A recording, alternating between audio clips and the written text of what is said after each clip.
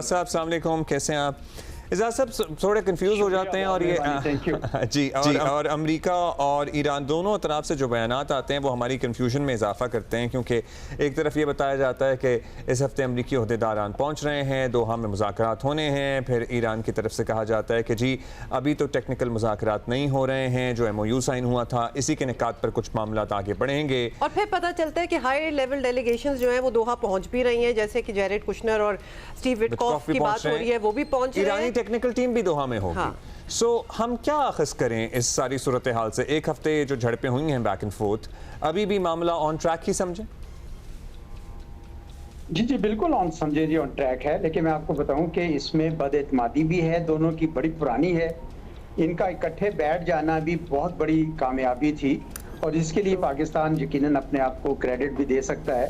लेकिन ये याद रखिए कि मामला बहुत गंभीर हैं और ये इतनी आसानी से रिजॉल्व होने वाले नहीं है। और एक बहुत बड़ी वजह इसमें यह है कि एक बहुत बड़ा स्पॉइलर बीच में बैठा है जिसका नाम इसराइल है और वो बिल्कुल नहीं चाहता कि ये माहदा आगे चले।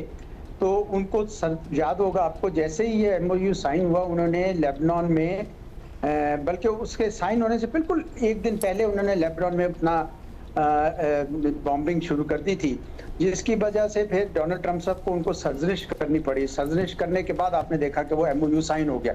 लेकिन इसराइल बाज तो नहीं आया, उसकी इतनी पावरफुल लॉबी है, आज भी उसके लिए बहुत सारे सेनेटर्स बोल रहे हैं। तो डोनाल्ड ट्रंप साहब को उसको अकोमोडेट करना है। अब अकोमोडेशन इस तरह की है उन्होंने कि उन्होंने उनका मुआहिदा करा दिया है आपस में लेबनान गवर्नमेंट में का और इसराइल का, लेकिन उसके अंदर ये जिक्र कर दिया है कि हिजबुल्लाह को डिसआर्म करेंगे। अब नेचुरली ये तो MOU के पॉइंट नंबर 1 से कॉन्ट्रडिक्ट करता है, क्योंकि उसमें हिजबुल्लाह का जिक्र नहीं था। तो चुनाचे ये बात होगी नहीं, क्योंकि साथ ही वो बॉम्बिंग कर रहे हैं साउथ लेबनान पे, जिसका मतलब है कि हिजबुल्लाह उसको जवाब देगा। तो एक तो वो फ्रंट खुला हुआ, दूसरी तरफ ये अबनाए हुर्मुज है, वहां पे भी मैं समझता हूँ कि अबनाए हुर्मुज में भी थोड़ा सा ईरान को भी रेस्ट्रिक्ट अपने आप को करना चाहिए। ये तो नहीं कि आते जाते हर शिप के ऊपर को आप ये कहें कि भाई आप इसी पर्टिकुलर राह से गुजरेंगे, नहीं गुजरेंगे तो हम आप पे ड्रोन फेंक देंगे। अब जिस तरह उन्होंने एक सिंगापुर के जहाज पे फेंका, तो रिजल्ट किया हुआ कि ईरान ने जो इस तरह। तो फिर ये है कि अब ईरान को मेरे ख्याल में ये देखना चाहिए कि बड़ी तस्वीर क्या है। बड़ी तस्वीर ये है कि वो इतने अरसे के बाद ये सारी खलीजी रियासतें जो इसराइल के साथ जुड़ी थी, अमेरिका के साथ जुड़ी थी, आज वो ईरान के साथ कोई ना कोई पुरअमन बकाए बाहमी करना चाहती हैं। ये एक बहुत बड़ा इनाम होगा। और साथ ही साथ इसराइल कमज़ोर हो गया है इस पूरे सारे प्रोसेस में, तो उस पर नज़र रखनी चाहिए और पूरा MOU जो है उसको इम्प्लीमेंट होने देना चाहिए। स्टेट ऑफ हॉर्मुज़ तो कहीं नहीं जा रही तो उसका ओनर्स तो फिर एजाज चौधरी साहब जी, एजाज चौधरी साहब, इससे पहले जो आपने बात की है कि बहुत सी गल्फ स्टेट्स हैं, they were more inclined towards Israel, but now things are changing और अब ईरान की तरफ है। तो ईरान को तो इस चीज़ का फ़ायदा उठाना चाहिए। Iran should work towards it कि ये जो कलेक्टिव है, ये सारे मुसलमान मुल्क या फिर गल्फ स्टेट या नेबरिंग स्टेट, अगर हम साथ हो जाएं तो हम एक टक्कर दे सकते हैं इजराइल को। तो ईरान को तो उस किस्म के कदम उठाने चाहिए जहां वो उनको माइल करें, उनको फैसिलिटेट करें, इनफैक्ट उनके लिए ज़्यादा लीनियंसी दिखाएं to accommodate them than anybody else, ताकि उनको ये फीलिंग हो कि we want to work with you. बिल्कुल, मैं इस नुक्ते से मुकम्मल इत्तेफाक कर रहा हूँ और उसी को आगे बढ़ा रहा हूँ कि ये ईरान को इस वक्त बड़ी तस्वीर पर तवज्जो देनी चाहिए। ये बहुत बड़ी इनकलाबी तब्दीली आ चुकी है वहाँ पे। ये मुल्क जो है ये अमेरिका के सिक्योरिटी अम्ब्रेला के ऊपर डिपेंड कर रहे थे, आज अमेरिका वहाँ से अपने अड्डे हटाने का सोच रहा है।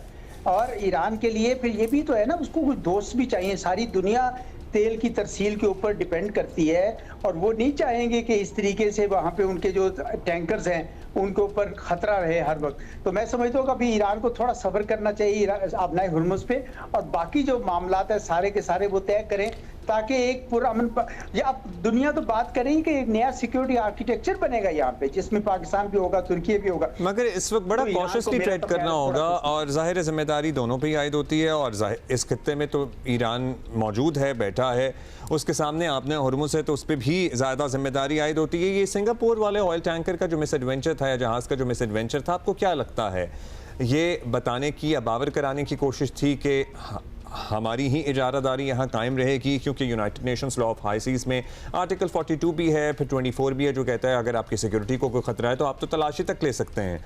सो उनके पास भी लीगल ग्राउंड्स तो हैं।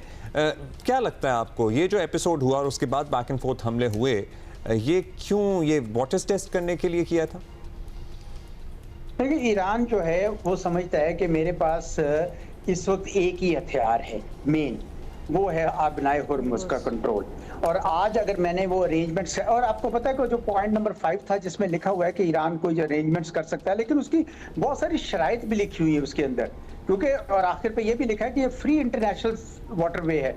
तो ईरान जो है लेकिन समझता है कि मैं अभी ओमान के साथ मिलकर आज मैं अगर ये सेट कर दूंगा प्रेसिडेंट कि सारे हमसे पूछ के हमारे बताए हुए रास्ते से क्रॉस करेंगे, तो फिर ये हमेशा के लिए पुख्ता हो जाएगा मामला।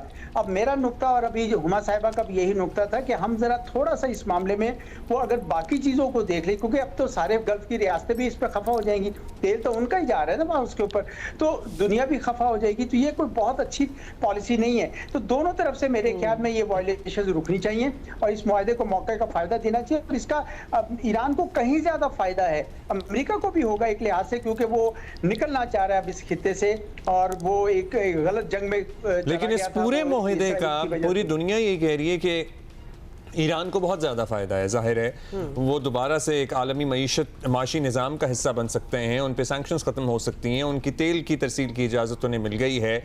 सो इस वक्त बड़ा मुश्किल होता है वैसे किसी भी मुल्क के लिए बैलेंस कायम करना कि और या तो मज़ीद निचोड़ें या फिर इसी पे इक्तफा करते हुए आगे बढ़ें। ये डिसीजंस कैसे होते हैं एजाज साहब?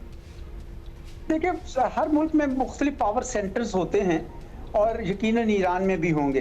अब IRGC जो है, उनके रेवोल्यूशनरी गार्ड्स, वो समझते हैं कि जंग तो उन्होंने जीती है by sustaining missiles and drones, तो उनका असर मेरे ख्याल में ज्यादा होगा डिसीजन मेकिंग में, और वो यही समझते होंगे इस वक्त। तो इस वजह से मुझे लगता है कि ईरान के अंदर भी ये रस्साकशी होगी, लेकिन बिलअमूम मुझे लगता है कि ईरान के लिए फ़ायदा उसी सूरत में होगा अगर वो इसको ज़रा अपनी ताकत को यानी ज़रा धीरे धीरे इस्तेमाल करें। और आपने जिस तरह सैंक्शंस की बात की, इसी तरह उनके जो उनको पैसे जो मिलने हैं, बहुत सारे जो फ्रोजन एसेट्स हैं, तो ईरान के लिए तो बड़ी राहें खुलने वाली हैं। वो सारी राहें क्यों मसदूद की जाएं सिर्फ और सिर्फ आबनाए हुर्मुज़ की वजह से? अच्छा, ये बताएं एजाज चौधरी साहब कि ये it's a very ironic situation कि जहां ईरान को पूछा भी नहीं जा रहा था, it was not relevant in anything in the world, सिर्फ अमेरिका को तकलीफ थी, उन्होंने खुद ये जंग करके उनको पूरा एक सेंटर स्टेज, वर्ल्ड स्टेज पे लाके रख दिया जहां वो अपनी मनवा सकते हैं।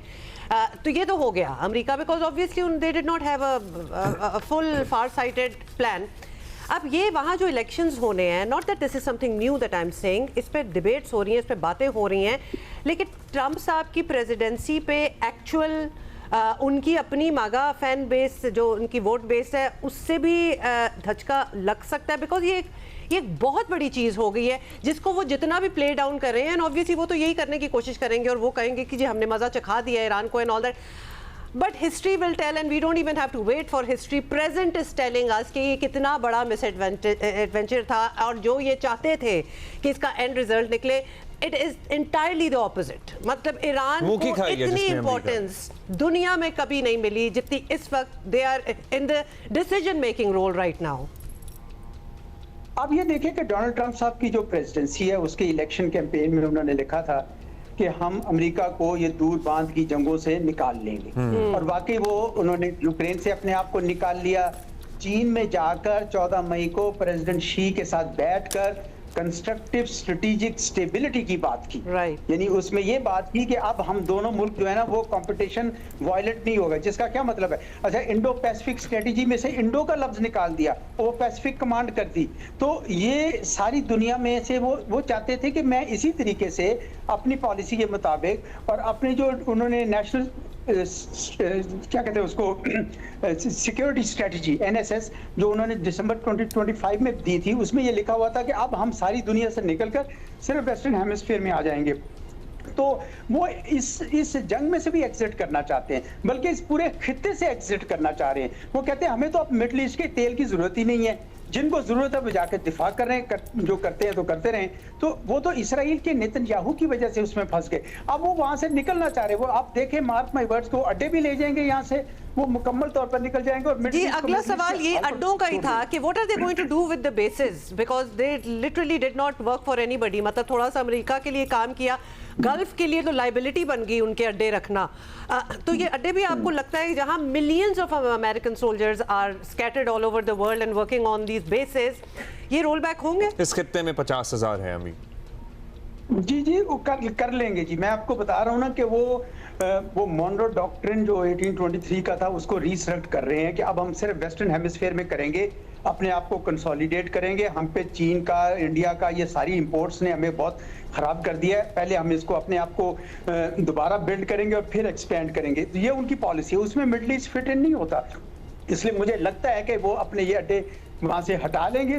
वैसे भी आपने देखा है कि वो उस तरह का काम नहीं कर सके हैं, वो देवर सिटिंग डक्स बेसिकली। तो इस वजह से मेरा ख्याल वो अड्डे भी ले जाएंगे और इस खित्ते से भी अमेरिका जो है वो निकलना चाहेगा और ईरान को चाहिए कि उनको मदद दे इससे निकलने के लिए। अच्छा, कल को अगर ट्रंप प्रेसिडेंट नहीं रहते, मतलब वट एवर आउटकम, ऑब्वियसली कभी ना कभी तो इनकी प्रेसिडेंसी भी खत्म हो जाएगी।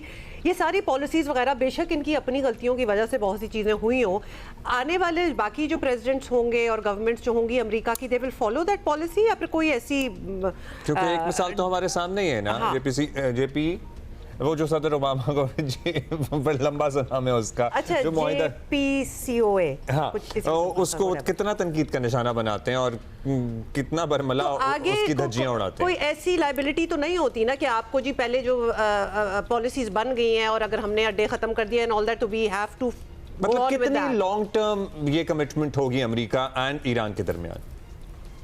देखिए डोनाल्ड ट्रंप साहब इस जंग में अमेरिका की शिकस्त तवज्जो हटाकर उस लार्जर ऑब्जेक्टिव की बात कर रहे हैं कि ये इलाके में हमें होना ही नहीं चाहिए। क्यों हमारी वहां जाने जाए जाएं, क्यों हम लोग वहां पे पैसा खर्च करें जब हमें ईरान के या गल्फ के तेल की जरूरत ही नहीं है। ये आर्गुमेंट उनके बेस को बहुत अच्छा लगेगा। वो कहेंगे देखें कितना अक्लमंद बंदा है कि इसने अमेरिका के आइंदा होने वाले नुकसानात से हमें बचा लिया। तो इस वजह से मुझे लगता है कि उनको इस नुकसान नहीं होगा अगर इस जंग से वो निकल जाते हैं, और इसलिए वो बड़े कीन है कि इस जंग से निकल जाएं और इस खित्ते को इसके अपने हाल पे छोड़ दें। और ये खित्ता आगे से पुरअमन होता है या नहीं होता है, ये लड़ता है, आपस में लड़ते हैं या नहीं लड़ते, ही रियली डजंट केयर। लेकिन उनके पास ये है उनको कि ये मैं यहाँ से अगर निकल जाऊं तो मेरे लोगों को, मेरा ख्याल भी ये आर्गुमेंट उनके मागा बेस को भी सपोर्ट करेगा। और वो जो डिबेट आप जिसका जिक्र कर रही है कि JCPOA वर्सेस MOU, ये खत्म हो जाएगी ये डिबेट, क्योंकि ये लार्जर ऑब्जेक्टिव की तरफ चले गए हैं। चलिए, गुड फॉर ट्रम्प, फिर कुछ ना कुछ तो it will work out for them. बहुत शुक्रिया थैंक यू एजाज चौधरी साहब, thank you for always explaining things to us.